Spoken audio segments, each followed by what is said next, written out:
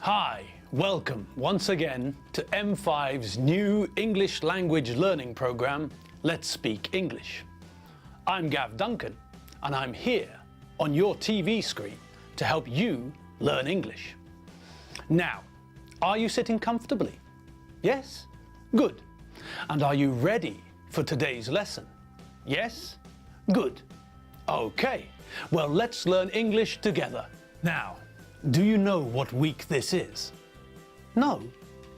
What do you mean, no? This week is week 10. Week 10! Fanta-bloomin-tastico! That's right. We've been learning English together for 9 weeks now. 9 weeks! It's amazing, isn't it? Yes, it is. And now, gods of English! Are you ready for week 10? Of course you are. You are gods of English. You know more letters than the Jackson 5. Ha! Forget Michael, Jerome, Janet, Jermaine and Rudy. Anyway, whatever the names are, forget the Jackson 5. We're better than the Jackson 5. They only know 3 letters. When we look in a mirror, what do we see? That's right, we see a god of English looking back. Okay, OJ, let's calm down and get back to this week. So, it's week 10, which means, that's correct, it's revision week. This week, we're going to look at the past 4 weeks and revise the things we learned. So, are you ready? Yes? Fab. Well then, let's get down and groove into the last 4 weeks. Now, a long time ago, well, a few weeks ago really, we learned some new verbs and used them with the present simple tense. Do you remember? It was in week 6. Think back to week 6, lesson 26. Okay, so which verbs do we know? Well, we know the verbs to be, to watch, to learn, to look at. We know lots of verbs. Here are some more really useful verbs. To come, to go, to live, to work, to read, to write, to drive, to walk, to run, to swim, to like, to love, to wash, to wake up, to get up, to fly, to play, and to carry. Okay, Mabel, show us the table.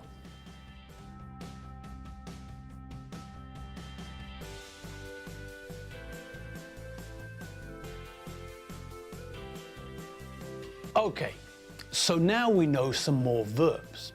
Now, when do we use the present simple with verbs? Well, we use the present simple to talk about things that are true. We also use the present simple to talk about things which happen sometimes or all the time. Now, let's look at some words we use to talk about time. Words we use when we use the present simple. Have a look at the list of words we use to talk about when or how often we do things. Always, never, every day, every Saturday, sometimes, 3 times a week, every weekend, twice a year, usually, normally. Let me give you an example, a very simple example. My name is Gav. This sentence is in the present simple tense. Why do we use the present simple for names? Well, names always stay the same. Well, nearly always. Normally, the name you have when you're born is the name you have all your life. It's true, all the time. Okay, what else stays the same? Well, what about your birthday? It's on the same day every year. It doesn't change. So, I always say, My birthday is on the 23rd of November. Now, do you remember why I use on? That's right. Remember when we learned about prepositions of time with Terry the squirrel? That's right. We learned 3 prepositions of time: at, on, and in. Do you remember when we use them? We use at for clock times. I wake up at 7:45. We use on for days and dates. I work on Monday, Tuesday, Wednesday, Thursday, and Friday. And I relax on Saturday and Sunday. Christmas Day is on the 25th of December in the UK. Okay, well, what about something else which doesn't change? What about where I live? I say I live in Hungary. It's the same all the time. Always. Nearly always. True. False. Gods of English, wake up! We're back. Okay, so we know we use the present simple to talk about things that are always true or generally true. There was something else we learned about verbs in the present simple tense, wasn't there? That's right. Give that woman a coconut. When we use verbs in the present simple tense, we have to be careful about the spelling of what? Correct-a-doodle-doo. With verbs in the present simple, the spelling of the third person singular changes. Now, which of you gods of English remembers the third person singular? Ah, yes, Varga Chongi from Örsöd. Correct. Well done, Chongi. So, as Chongi told us, the third person singular is he, she, and it.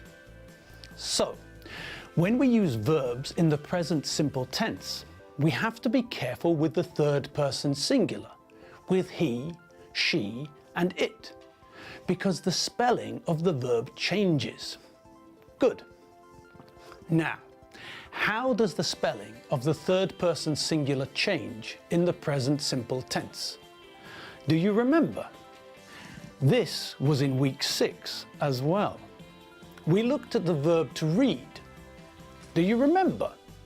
Think back, concentrate. Think back to week 6, week 6, week 6. I read, you read, he, she, it reads. We read, you read, they read. Did you notice the difference?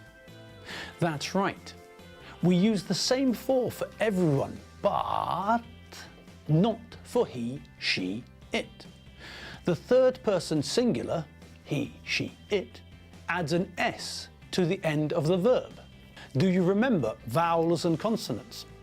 That's right. Vowels are A, E, I, O, and U. And consonants are all the other letters in the alphabet. B, C, D, F, G, H, J, K, L, M, N, P, Q, R, S, T, V, W, X, Y, and Z. Now, we need to think about vowels and consonants with some verbs in the present simple tense.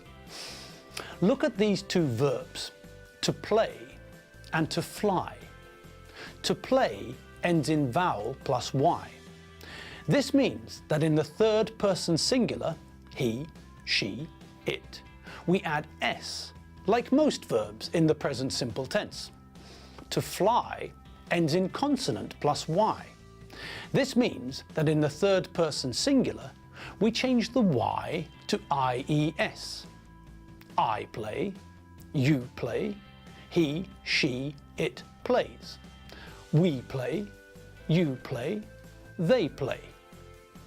I fly, you fly, he, she, it flies. We fly, you fly, they fly. So, now we can see 2 different spelling changes. With most verbs, we add an S to the third person singular in the present simple tense. But if the verb ends in consonant plus Y, then we change the Y to IES. Now, what about irregular verbs? Well, the verb to go is irregular. In the third person singular, it changes to goes, like this. I go, you go. He, she, it goes. We go, you go, they go. The verb to go changes to goes in the third person singular because it belongs to a group of irregular verbs. If the verb ends in SS, X, CH, SH or O, then we add ES to the third person singular. Okay, so let's look at that again. We add S to most verbs in the third person singular. He, she, it. We add ES to irregular verbs which end in SS or X or CH or SH or O in the third person singular. If the verb ends in consonant plus Y, then we change the Y to IES in the third person singular. Okay, so we know the rules. I know the rules. You know the rules, and he knows the rules. She knows the rules, and it knows the rules. Magic. Horses, donkeys, zebras, and gnu's. Welcome back, gods of English. It's good to see you again. Now, let's practice using some verbs in the present simple tense. Let's start with an easy one. Yes, I know that I said it was easy, but we still have to remember the correct preposition, don't we? That's right. Well done us. We remembered that I live in Budapest. Okay, let's try another one. Leszicska Roli lives in Balatonlelle. Great, fantastic. Mashed potato and stew. Batman and Spider-Man are coming to tea. So, what did we have to change in that sentence? That's right. Leszicka Roli is the third person singular, he. So when we use the verb to live in the present simple tense, what changes in the third person singular? Bingo! You're right. You're not wrong.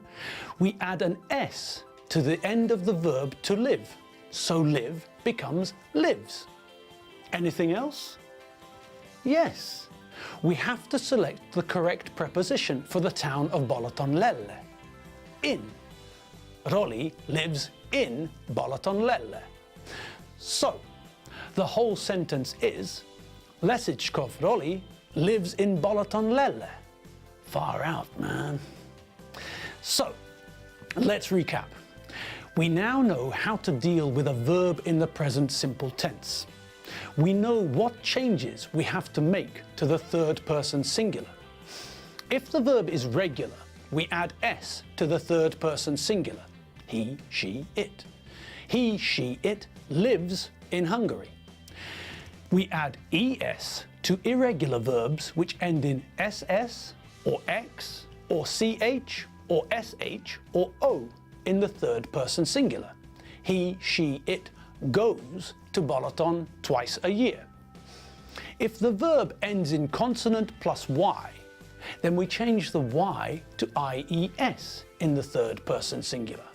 He, she, it studies every night. Great! Well, that's all we have time for today. In the next lesson, we'll revise some more of weeks 6 to 9. You have been watching M5's English learning program, Let's Speak English. Thanks for watching. I'm Gav Duncan.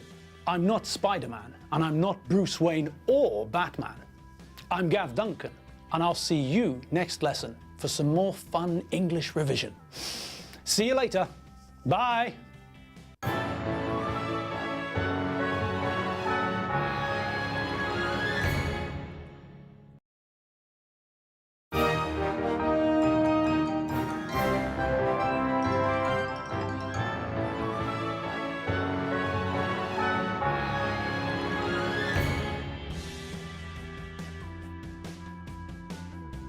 Hello, hi, welcome once again to M5's new English language learning program, Let's Speak English. I'm Gav Duncan and I'm here on your TV screen to help you learn English. Now, are you sitting comfortably? Yes? Good. And are you ready for today's lesson? Yes? Good. Okay, well, let's learn English together. Hello, hello, and hello once again to the gods of English out there in Hungarian TV land. How are you today? Well, I hope you're feeling fantastic because it's day 2 of week 10. It's lesson number 47, the 47th lesson in M5's English learning program, Let's Speak English. And we're back in the studio, back here in front of the camera, back here in the limelight to have a look at what we learned in weeks 6 to 9. That's right, my friends. This week we're revising what we learned in weeks 6 to 9. Yesterday we revised what? Come on, you all remember, all of you. That's right. Yesterday we looked at using verbs in the present simple tense. We checked what we know about the present simple tense. We use the present simple tense for things which are always true or which don't change. My name, for example. I'm Gav Duncan. My name doesn't change. Or where I live. I live in Budapest. Or we can use the present simple tense to talk about facts. Water boils at 100 degrees Celsius. Water freezes at 0 degrees Celsius. Okay, what else did you remember from the last lesson? That's right, we revised where we have to be careful with the present simple tense. Where do we have to be careful? Correct. With the present simple tense, the spelling of the verb changes in the third person singular. And what is the third person singular when it's at home? That's right. The third person singular is he, she, or it. So, when we make a sentence using the present simple tense, we have to make sure that we change the spelling of the verb for the third person singular, for he, she, and it. We also looked at the spelling rules we know. Now, when we think about the spelling changes for verbs in the present simple tense, what do we have to concentrate on? Bingo! Well done! In the present simple tense, when we're using the third person singular, the first place we have to concentrate on is connected to vowels and consonants. Do you remember which letters are vowels? Of course you do.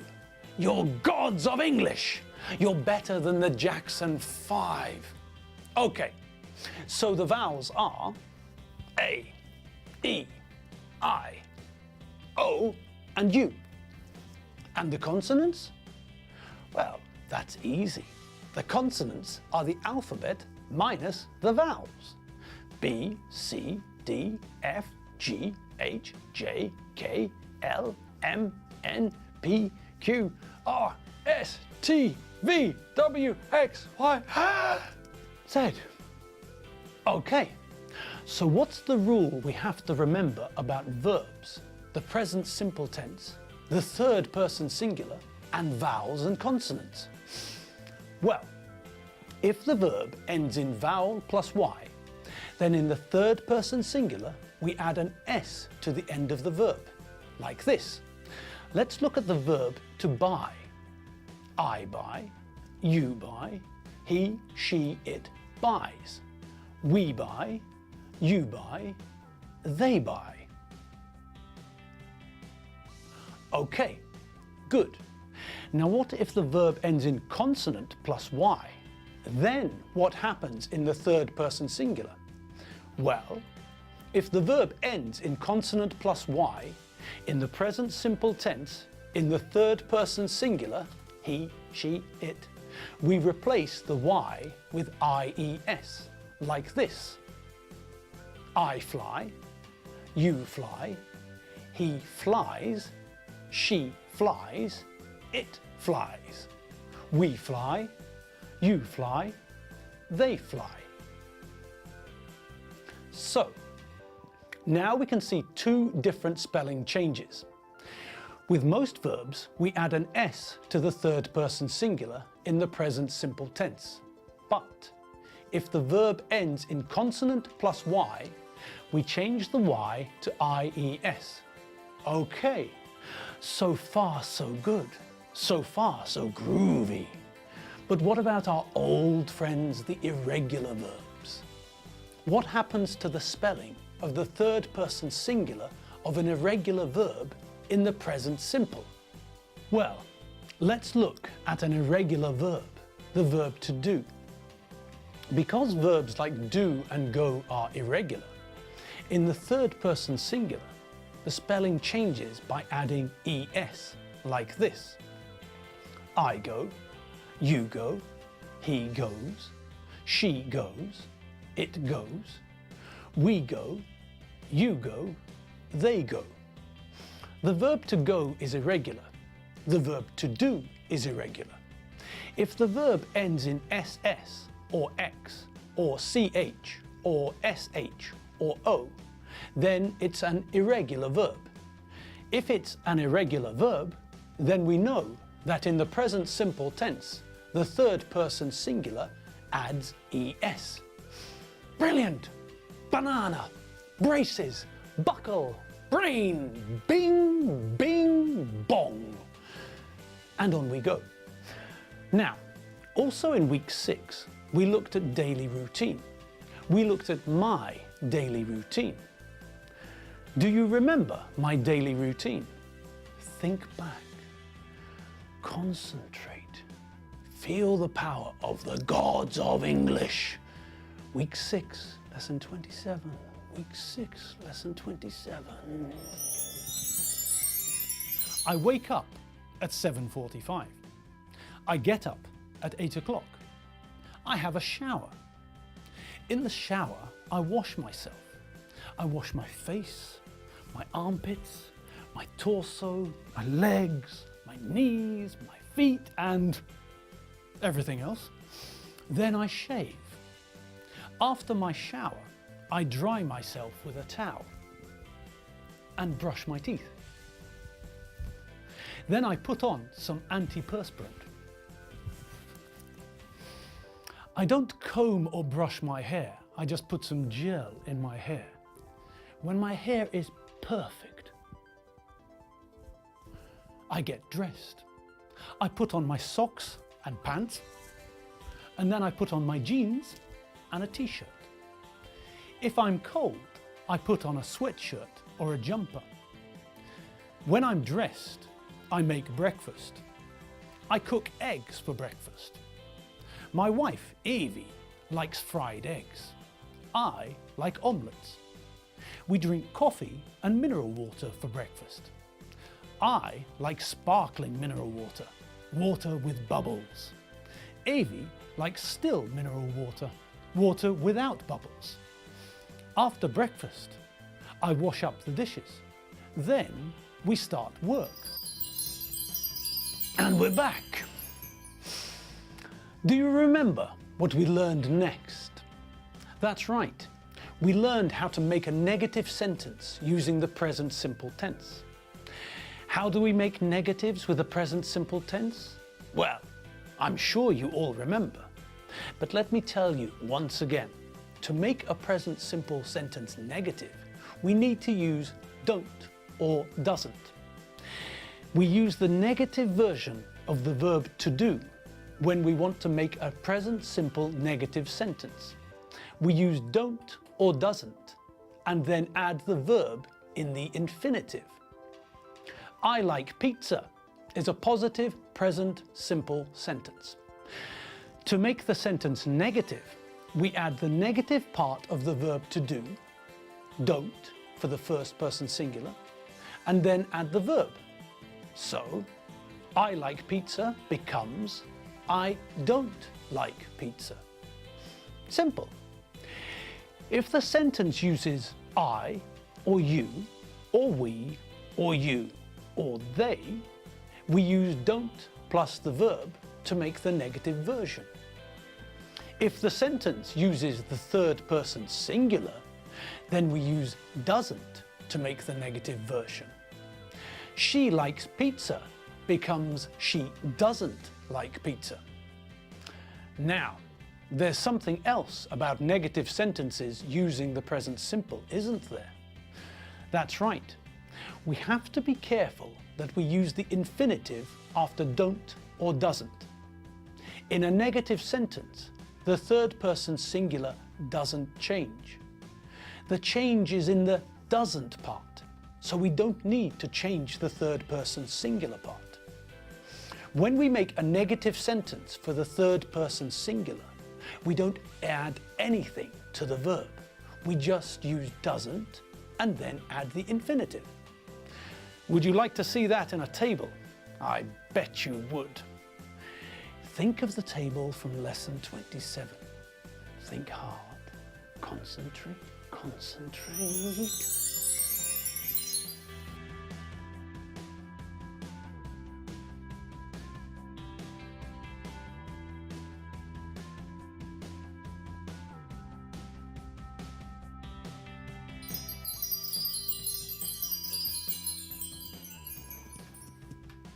And we're back. Great. So now we know how to make positive and negative sentences with verbs in the present simple tense. Groovy. We know that we have to be careful with the spelling of the third person singular when we make a positive sentence with the present simple tense. When we make a negative sentence, we also have to be careful not to change the spelling of the main verb. It's don't, do not, plus the infinitive for most forms, I, you, we, you and they, and doesn't, does not, for the third person singular, he, she and it. Then all we have to do is add the infinitive of the verb. Sit, cook, eat, speak. In week 6, we also looked at how to make a question using the present simple tense. When we make a question in the present simple, we also use the verb do, just like when we make a negative in the present simple. When we make a question in the present simple, we use do or does, add the subject, I, you, Alfredo, Dave, and then add the infinitive, read, watch, play, so we can ask, does Alfredo work in a bank? We start with the correct form of the verb do. I do, you do, he, she, it does. Then we add the subject. In this sentence, the subject is Alfredo, and then we add the infinitive, work. Simple. Would you like to see that in a table? I think it's a pretty good idea. Do you remember the table from lesson 27? Think back, think back. It was lesson 27 in week 6.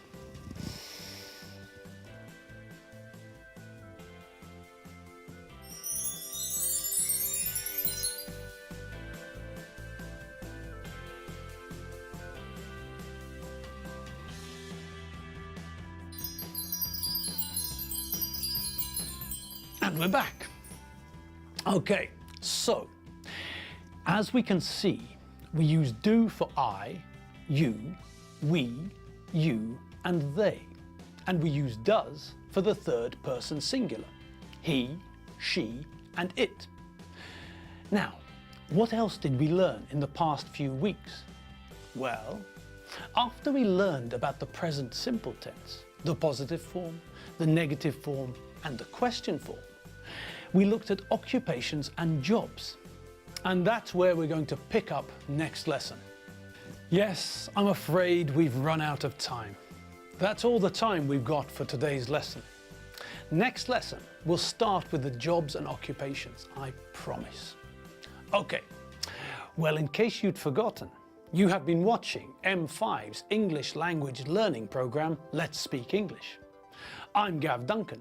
I'm not Eddie Kidd, and I don't own a flared white jumpsuit like Evel Knievel. I'm Gav Duncan, and I'll see you next lesson for some more English revision. Farewell for the moment, gods of English! See you later. Bye.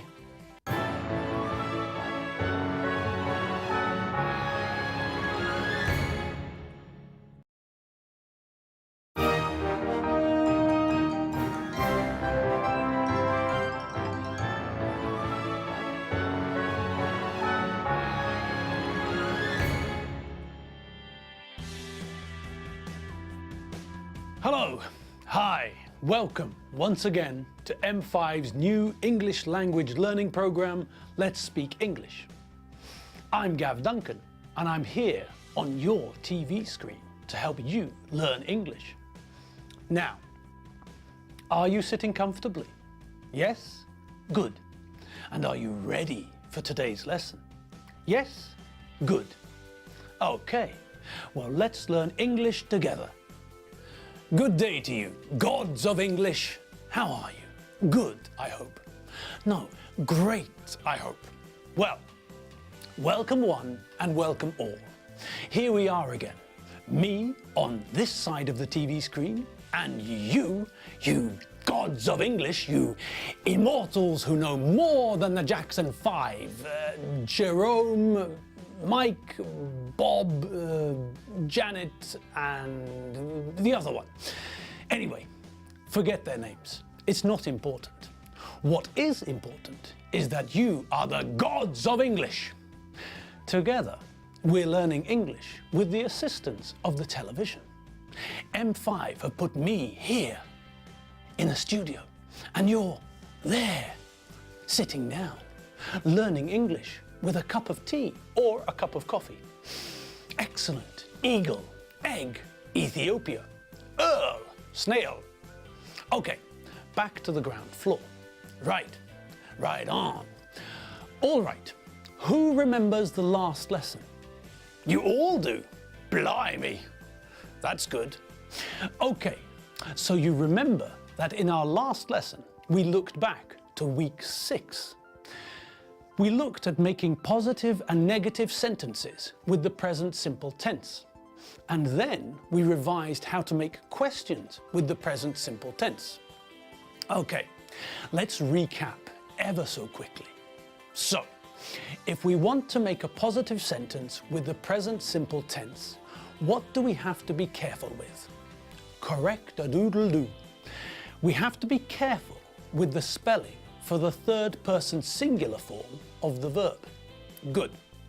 Now, what normally changes with the spelling of the third person singular in the present simple? That's right. Normally, we add an S to the end. Okay. But what about verbs that end in vowel plus Y? Yeah. Yes. Do you remember? Yes, that's right. If the verb ends in vowel plus Y, then we also add an S to the end in the third person singular. And what about verbs that end in consonant plus Y? Aha! If the verb ends in consonant plus Y, then we replace the Y with IES. Okay, so far, so groovy, all quiet on the Western Front. Now, what about irregular verbs? Those good old boys, the irregular verbs. Well, if the verb is irregular, if it ends in SS, like the verb to kiss, or X, like the verb to fix, or CH, like the verb to punch, or SH, like the verb to push, or O, like the verb to do, then we add ES to the end in the third person singular. Fab, ice lolly, 99, feast, funny feet, zoom, cornetto. Okay, what about the negative? How do we make the negative? Which verb do we use to make the negative? That's correct. We use the verb do to help make the negative in the present simple tense. We use don't, do not, for most of the forms. I, you, we, you, they. We use doesn't, does not, for the third person singular. He, she, and it. When we make a negative sentence in the present simple, we put the subject, I, you, he, Alfredo, Doreen, then don't or doesn't, don't for I, you, doesn't for he, Alfredo, and Doreen, and then we add the infinitive. We don't change the verb in the third person singular. We use doesn't and then add the infinitive. Read, want, eat, dance. Okay, now, fish and chips. What about making a question in the present simple? Well, once again, we use the verb do to help. We change the positive sentence, I eat potatoes, into a question by putting do at the front and putting a question mark at the end. I eat potatoes is a positive sentence. Do I eat potatoes is a question. Okay, all right, sorted. But what about asking questions with the third person singular? What happens then? Well, it's very simple. We use the correct form of the verb to do for the third person. I do, you do, he, she, it does. So, if we take the sentence, she eats potatoes, how do we make it into a question? Easy. We put does at the front and a question mark at the end. She eats potatoes is a positive sentence.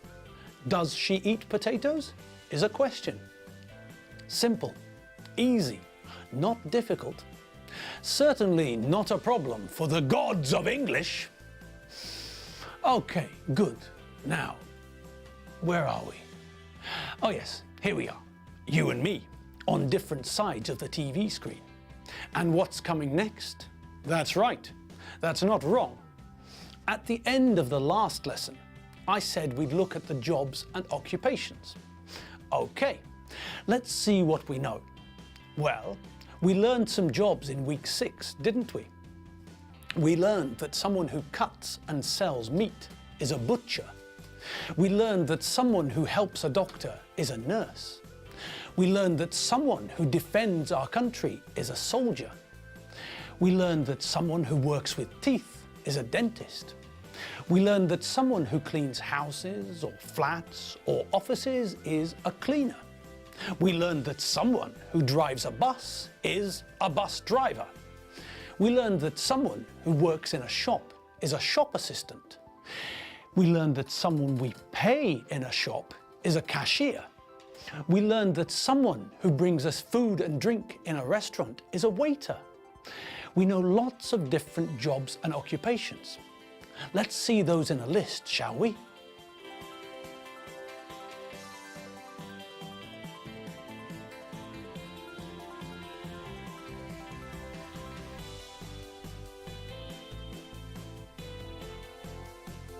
Let's have a look at some of the words we use with those jobs. A butcher cuts meat. A nurse helps a doctor. A soldier defends the country. A dentist looks after your teeth. A cleaner cleans a building. A bus driver drives a bus. A shop assistant sells things. A waiter brings drinks and food to the table. Now, let's see some of those new words in a table.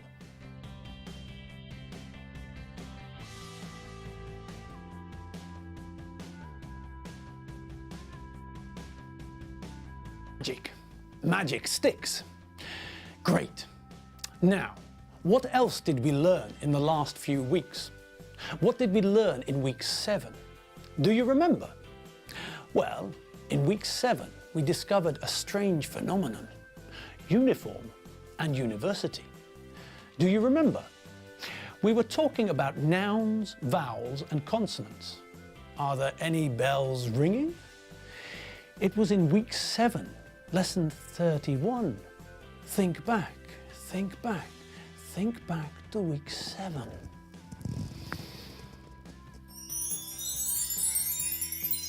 Now today, we're going to look at countable and uncountable nouns. Now, do you remember and un? Good. What do and un mean? That's right, they mean one. We say, I've got a car, not I've got one car. We say, she's a woman, not she's one woman. We say, he wants an apple, not he wants one apple. Good. Now, when do we use and when do we use un? Correctamundo. We use un before a vowel and before a consonant. And which letters are the vowels? That's right. A, E, I, O, and U. And which letters are the consonants? That's right again. The consonants are B, C, D, F, G, H, J, K, L, M, N, P, Q, R, S, T, V, W, X, Y, and Z. Fantastic. Now, which do we use with these words? Or un? Apple, an apple. Banana, a banana. Cabbage, a cabbage. Octopus, an octopus. GNU, a GNU. Minute, a minute. Hour, an hour. University, a university. Hang on a moment. What happened there? An hour and a university? What? Now, hour and university are different. Listen to the way we say them. Hour, university, hour, university. When we say hour, we don't pronounce the H at the start of the word. So the word sounds like hour. So it sounds like the first letter is a vowel, so we use un, not with hour. With university, when we say the word, we pronounce it with a y as the first letter. We say university, not university. So it sounds like the first letter is a consonant. So we use not un with university.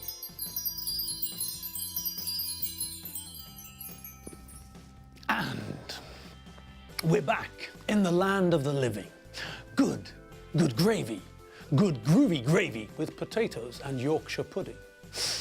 So, we learned that with vowels and consonants, it's not enough to recognize which letters are vowels and which letters are consonants.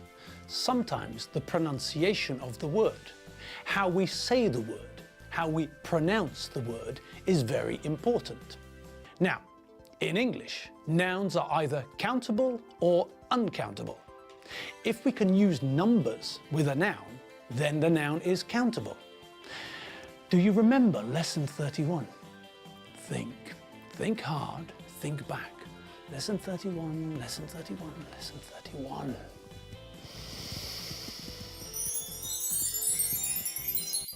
If we can use numbers with a noun, then it is countable. A car means one car, so we can count it. 3 children, 24 elephants. Countable nouns can be singular or plural. Look at the examples above. A car is singular, 3 children is plural, and 24 elephants is also plural. When we use singular nouns, we always need a or an. We say, my dad has a car, never my dad has car. We say, I have a job, never I have job. We say, he is a dentist, never he is dentist. Okay, so what about the uncountable nouns? Well, these are nouns where we can't use numbers. Things like water, money, and music. We can't say 3, 24 plus these nouns. A water, 3 money, 24 music. With uncountable nouns, there is only one form. There is no singular and plural with spelling changes. There is only one form. Money, the money. My money, your money. Some money, lots of money. So, we can't use or un with uncountable nouns. We never say a money or a music or a water. And we're back in the land of the living. Good. Ooh, crikey. Elephant's toenails. Is that the time? Okay, well that's all we have time for today. Time's up for this lesson. Next lesson, we'll have another look at what we learned in weeks 6 to 9. Okay, you have been watching me, Gav Duncan, on M5's language learning program, Let's Speak English. Thanks for watching. I'm Gav Duncan. I'm not a cauliflower or a carrot, and I'm not some music. I'm Gav Duncan, and I'll see you next lesson for some more English fun. See you later. Bye.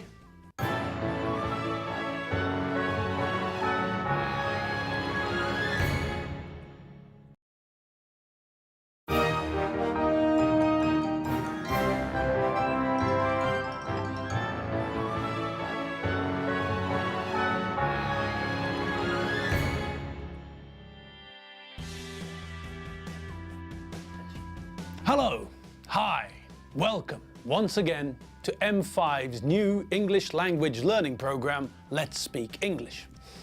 I'm Gav Duncan, and I'm here on your TV screen to help you learn English. Now, are you sitting comfortably? Yes, good. And are you ready for today's lesson? Yes, good. Okay, well let's learn English together. Hello. Hello and hello once again. Welcome one, welcome all to today's lesson. Gods of English, are you ready? Yes? Good. Fantastic. Brill. Fab. Groovy. Right on. Well, what are we waiting for? Let's get stuck in to today's lesson. Now, first things first, what do you remember about our last lesson? Our last lesson together was lesson 48. Lesson 48! That's incredible, isn't it? We've been together for 48 lessons. And what does that mean? Well, for one thing, it means that this lesson is the 49th lesson. This is lesson 49, part of week 10's revision program. Okay, onwards and upwards, you gods of English. Let's start the 49th lesson. Lesson 49. Today, we're the 49ers, but we're not in San Francisco. Today, we're the Hungarian 49ers. Okay, so let's revise some more English. Great. All right. What were we looking at last lesson? What was the last thing we saw in lesson 48? Do you remember? Of course you do. Okay, then someone tell me. Yes, that's correct. Young lady in Bekerschobber sitting at the table with a cup of... what is that? Coffee? Coffee. Good. I hope you're enjoying your coffee. So, what was the last thing we saw in lesson 48? That's right. We were talking about countable and uncountable nouns. We know that in English there are countable and uncountable nouns. We know that we use and un and numbers with countable nouns. We don't use and un and numbers with uncountable nouns because we can't count them. They're uncountable. We know that with countable nouns there's a singular and a plural form. Okay. So we all know the rules about the singular to plural noun spelling changes. Good. We know that we use and un with countable nouns to mean one. We know when to use and un, We use when the first letter of the noun begins with or sounds like a consonant. And we use when the first letter of the noun begins with or sounds like a vowel. Okay. We also know that usually, if we see that the first letter of the noun is a consonant, we know that we use And if we see that the first letter of the noun is a vowel, we know that we use un. So, what else do we know about countable and uncountable nouns? Well, we know that we always need or un or a number with singular countable nouns. We live in a small house, not we live in small house. He's got a good job, not he's got good job. Because and un mean one, we don't use them with plural countable nouns. We don't say she's wearing blue trousers. Trousers are always plural, so we never use or un with them. We never use or un with uncountable nouns. We can't count these nouns, so we can't say there is a cheese or an electricity or 3 furniture. Cheese, electricity and furniture are uncountable, so we can't use or un or a number with them. Now, do we all remember the nouns we learned in lesson 11? The list of nouns which are always plural. Think hard, think back. We looked at this again in lesson 31, lesson 31, lesson 31. So, we can't use or un with uncountable nouns. We never say money or music or water. Do you remember the nouns which are always plural? Do you remember the list from lesson 11? We learned that scissors, jeans, trousers and glasses are always plural. If we want to make these nouns countable, we use a pair of scissors, or a pair of jeans, or 2 pairs of trousers, or 24 pairs of glasses. We can also make uncountable nouns countable if we use a piece of, or a bottle of, or a cup of. A piece of is countable. A bottle of is countable. A cup of is countable. So now we can use these to make uncountable nouns countable. Cheese is uncountable, but I can ask for a piece of cheese or a slice of cheese. Water is uncountable, but I can ask for a bottle of water or 2 glasses of water. Coffee is uncountable, but I can ask for 24 cups of coffee. Here are some other things we can say to make uncountable nouns countable.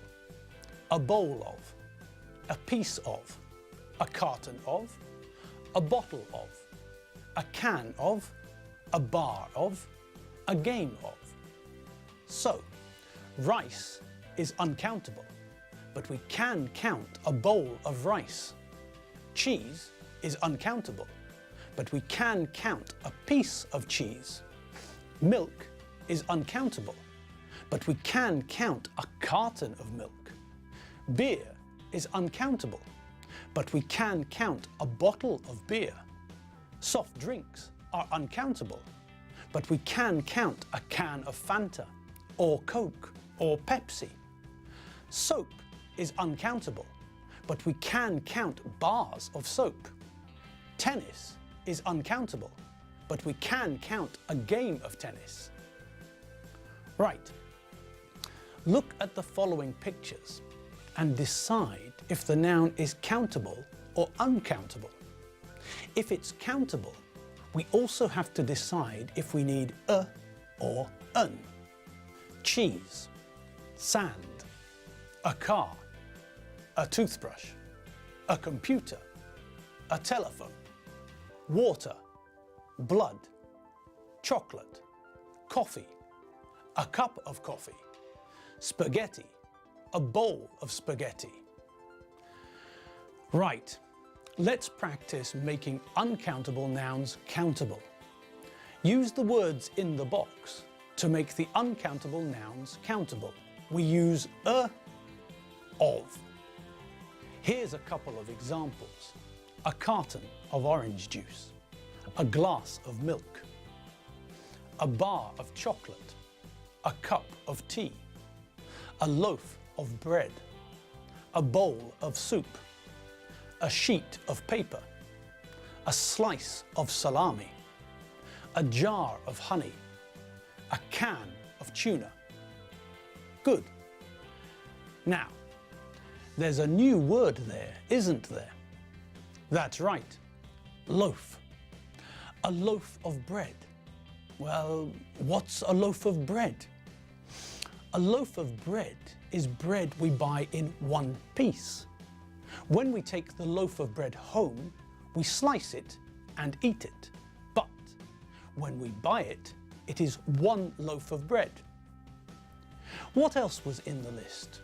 Well, a cup of tea is easy. A bar of chocolate is also easy. A bar is the idea of a brick shape.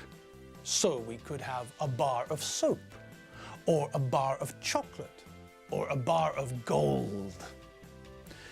We know what a bowl is, so we know what a bowl of soup is, don't we? A sheet of paper is easy. We put sheets of paper into the printer. When we print something, we print onto sheets of paper. A slice of something. It could be salami, it could be bread. To slice is to cut something thinly. We can slice cheese, salami, bread, lots of things. If we have one cake and 6 people, I cut the cake into 6 slices. And what's a jar? Well, a jar is a glass container. Normally we store things like honey or jam in glass jars. And a can? Well, a can is a metal container. What comes in cans? Well, soft drinks normally come in cans, but we could have beans in a can or fish.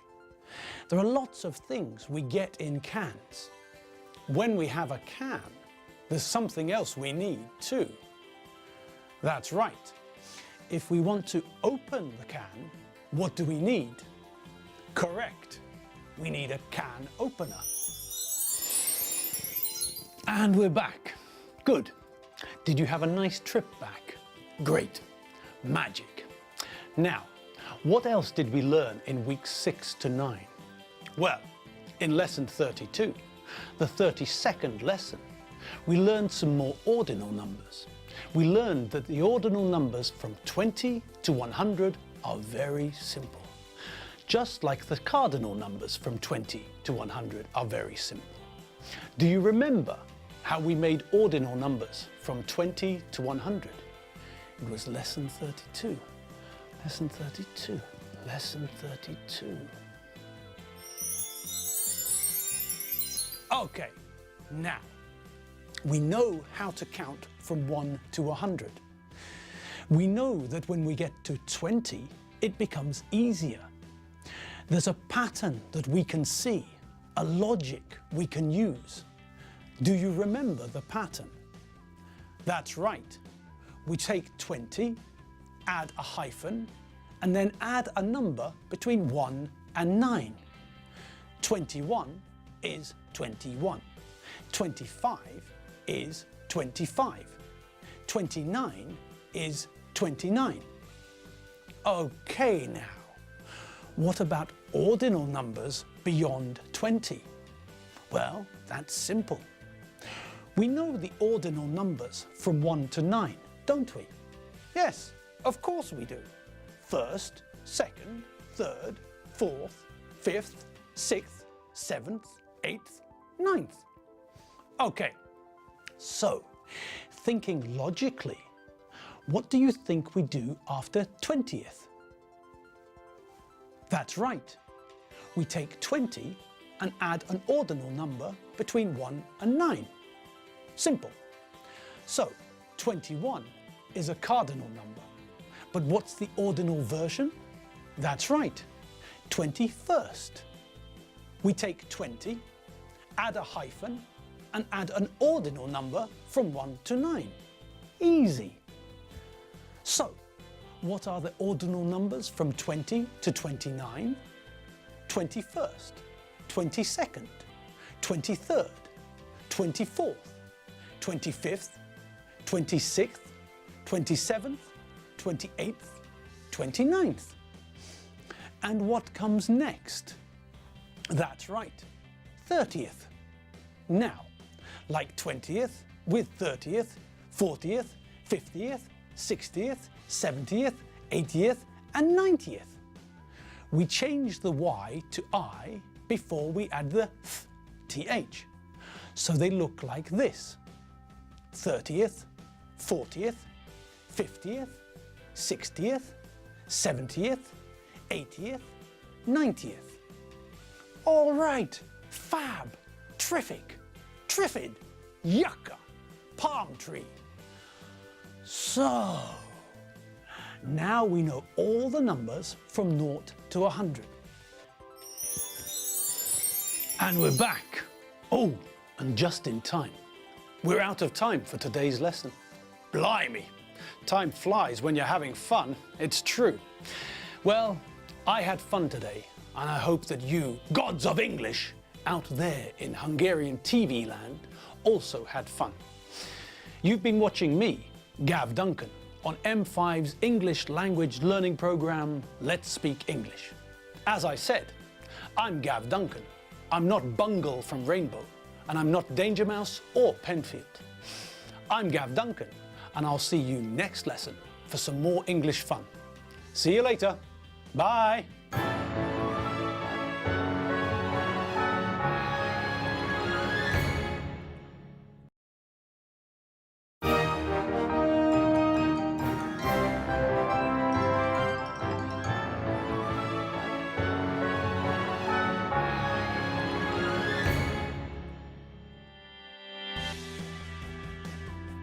Hello, hi, welcome once again to M5's new English language learning program, Let's Speak English. I'm Gav Duncan, and I'm here on your TV screen to help you learn English. Now, are you sitting comfortably? Yes? Good. And are you ready for today's lesson? Yes? Good. Okay, well, let's learn English together. Okay. Welcome one and welcome all. How are you feeling today? I hope everything's okay, and I hope you're all ready to continue revising what we learned in lessons 6 to 9. Are you ready? Yes? Fantastic! Well, what the elephant's trunk are we waiting for? This is lesson 50. Lesson 50? That's right, the 50th lesson in M5's English language program. Lesson 50. That's a half century. Fantastic, great, wonderful, right on. Okay, settle down, settle down. Now, the last time we met, we looked at how we learned the ordinal numbers from 20 to 100. We know that the ordinal numbers from 1 to 20 have a few strange members in their club. Most of the ordinal numbers are simple enough, but with some of them we have to be careful. Do you remember? Think back, think back, think back to lesson 32. First, second, third, fifth. They're a bit different, aren't they? How do we spell them? Do you remember? Well, first is spelled F-I-R-S-T. Second is spelled S-E-C-O-N-D. Third is spelled T-H-I-R-D. And fifth is spelled F-I-F-T-H. Now, the other ordinal numbers are simpler. We just take the number and add th. 6th, 7th, 8th, 9th, 10th, 11th. Okay, we have to be careful with 9th because we drop the E from 9 before we add the th. 12th is also a bit tricky. The spelling's not so simple, but the rest of the numbers are very easy. Take the cardinal number and add th. So, let's check those ordinal numbers. 1st, 2nd, 3rd, 4th, 5th, 6th, 7th, 8th, 9th, 10th, 11th, 12th, 13th, 14th, 15th, 16th, 17th, 18th, 19th, and 20th. Okay, now, we know how to count from 1 to 100. We know that when we get to 20, it becomes easier. There's a pattern that we can see, a logic we can use. Do you remember the pattern? That's right. We take 20, add a hyphen, and then add a number between 1 and 9. 21 is 21. 25 is 25. 29 is 29. Okay now, what about ordinal numbers beyond 20? Well, that's simple. We know the ordinal numbers from 1 to 9, don't we? Yes, of course we do. 1st, 2nd, 3rd, 4th, 5th, 6th, 7th, 8th, 9th. Okay, so thinking logically, what do you think we do after 20th? That's right. We take 20 and add an ordinal number between 1 and 9. Simple. So 21 is a cardinal number. But what's the ordinal version? That's right, 21st. We take 20, add a hyphen, and add an ordinal number from 1 to 9. Easy. So, what are the ordinal numbers from 20 to 29? 21st, 22nd, 23rd, 24th, 25th, 26th, 27th, 28th, 29th. And what comes next? That's right, 30th. Now, like 20th with 30th, 40th, 50th, 60th, 70th, 80th, and 90th. We change the Y to I before we add the th. So they look like this: 30th, 40th, 50th, 60th, 70th, 80th, 90th. All right, fab, terrific, triffid, yucca, palm tree. So, now we know all the numbers from 0 to 100. And we're back. Did you have a nice trip back? You did? Good. Okay, well, what else did we learn in weeks 6 to 9? Well, one very important thing we learned was the present continuous tense. We know the present simple tense, and we know we have to be careful with the spelling of the third person singular. But we also know that although the present simple is a useful tense, it's not enough. We need to learn more tenses, and the present continuous is the best place to start. Do you remember when we met the present continuous? Think back, concentrate, think back to lesson 33. Lesson 33.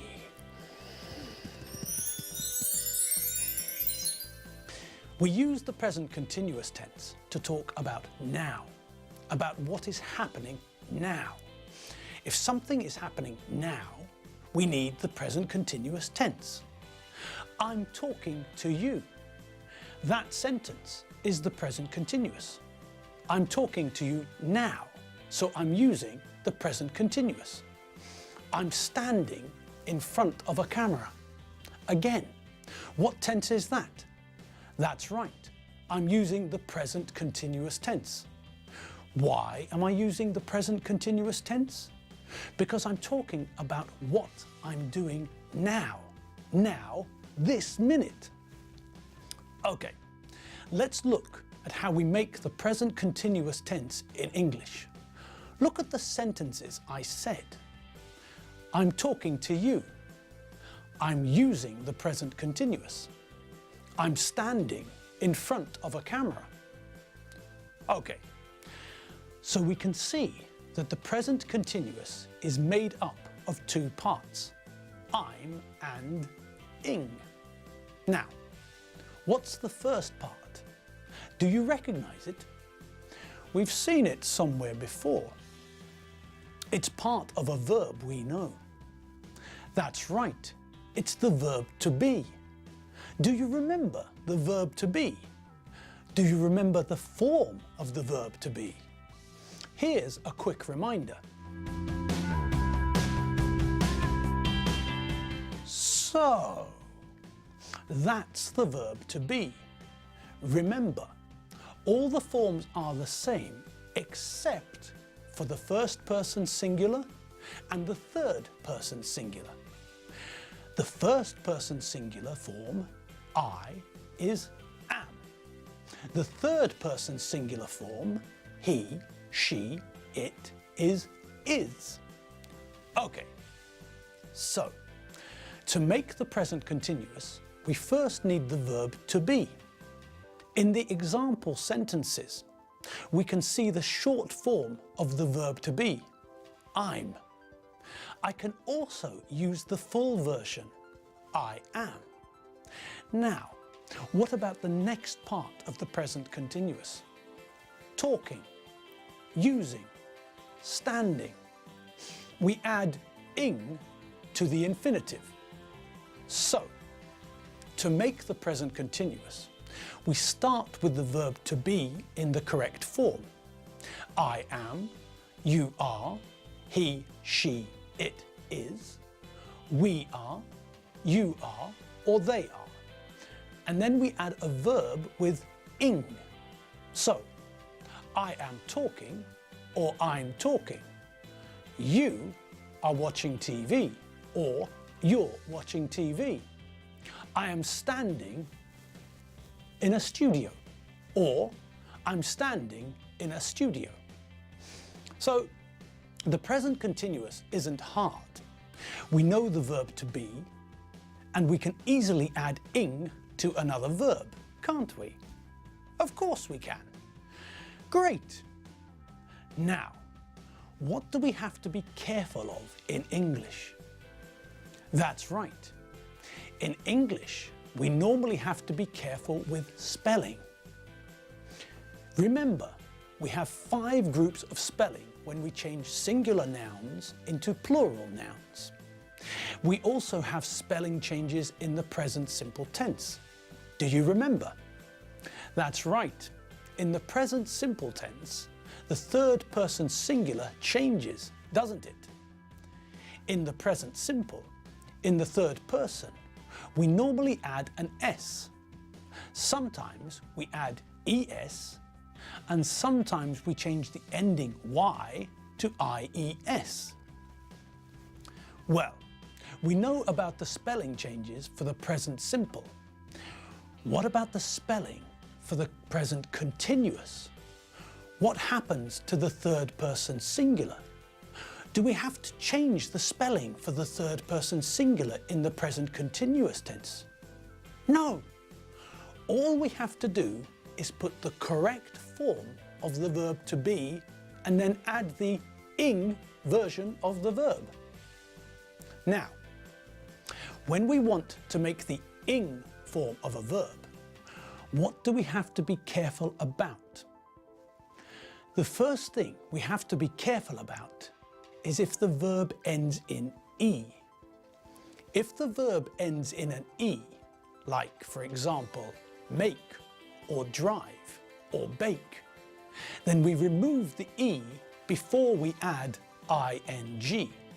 It's not making, it's making. It's not driving, it's driving. And it's not baking, it's baking. Okay, so we know the first area where we have to be careful. If the verb ends in E, we remove the E before adding ing. Good. Now, are there any other places we have to be careful? Yes, there's another rule we need to remember. If the verb ends in ie, then we replace the ie with ying. The baby's not lying on the bed, it's lying on the bed. The tree is not dying, it's dying. And what's the third rule we have to remember? That's right. If the verb ends in vowel plus consonant, the last letter is doubled. You're sitting down.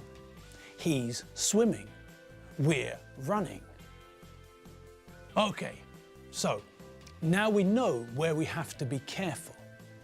Now, let's have a look at when we use the present continuous tense. We use the present continuous tense to talk about something which is happening now, right now, at this moment in time. We don't use the present continuous to talk about the past. And we don't use the present continuous to talk about things which are always true. We use the present continuous to talk about things which are happening now. And we're back. Ooh, look at the time. We're back just in time to leave. Oh, blimey. Elephant's toenails. Okay, well, that's all we have time for today. Crikey, time flies when you're having fun. Okay, well, you've been watching M5's English language learning program, Let's Speak English. Thanks for watching. I'm Gav Duncan. I'm not Flash Gordon, and I'm not Ming the Merciless. I'm Gav Duncan, and I'll see you on your TV screen next lesson for some more English fun. See you later. Bye.